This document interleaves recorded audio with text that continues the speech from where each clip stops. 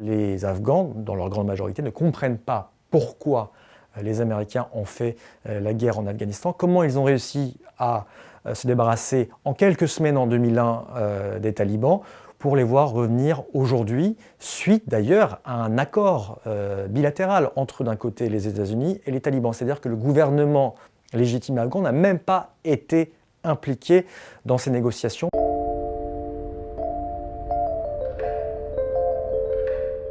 On voit aujourd'hui des autorités afghanes complètement affaiblies au niveau politique, avec des forces talibanes qui continuent à gagner du territoire, qui sont aujourd'hui en train d'encercler la capitale Kaboul. Elles se sont emparées de dizaines et de dizaines de provinces régionales et aujourd'hui l'assaut pourrait être assez rapide sur la capitale, au grand dam d'ailleurs de toutes ces population afghane, on va dire ces élites. Grâce à leur renversement en 2001, beaucoup de femmes afghanes, beaucoup de jeunes afghans, y compris issus de minorités, par exemple la minorité chiite Hazara, avaient pu accéder à l'université, avaient pu accéder à des postes de haute responsabilité. Ces gens-là, je les ai rencontrés aujourd'hui. Ils sont perdus, ils ont l'impression d'avoir été abandonnés par les États-Unis, par l'Occident, mais également par le gouvernement afghan, dont ils estiment qu'il n'est plus légitime, même si de l'autre côté, bien sûr, ils ne portent pas, ils sont loin de porter les talibans dans leur cœur.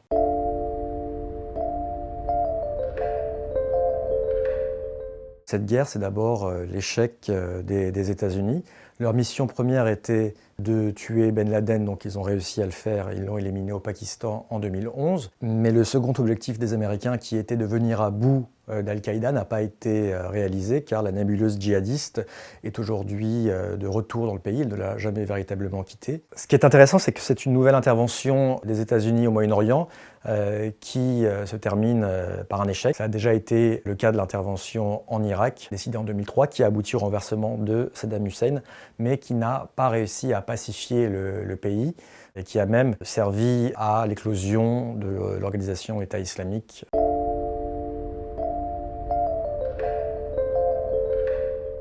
Je me suis rendu sur la base américaine de Bagram, qui était la plus importante en Afghanistan, où résidaient au plus fort près de 20 000 soldats américains, et c'était devenu une base fantôme, il n'y avait plus personne, si ce n'est quelques soldats afghans qui me racontaient comment les Américains avaient quitté la base sans les prévenir du jour au lendemain. Maintenant, ce n'est pas une surprise, cela fait plusieurs années que les États-Unis, depuis Barack Obama, sous Donald Trump et encore davantage sous Joe Biden, ont fait part de leur intention de cesser les guerres interminables au Moyen-Orient qui avaient au départ pour objectif d'instaurer la démocratie pour mieux se concentrer sur la rivalité systémique des États-Unis vis-à-vis de la Chine en Asie orientale. D'ailleurs, pas la première fois qu'une puissance se casse les dents en Afghanistan, c'était déjà le cas par le passé de l'Union soviétique qui a été obligée de quitter le pays après 10 années d'un pouvoir communiste en Afghanistan. Ça a également été le cas par le passé de l'Empire britannique.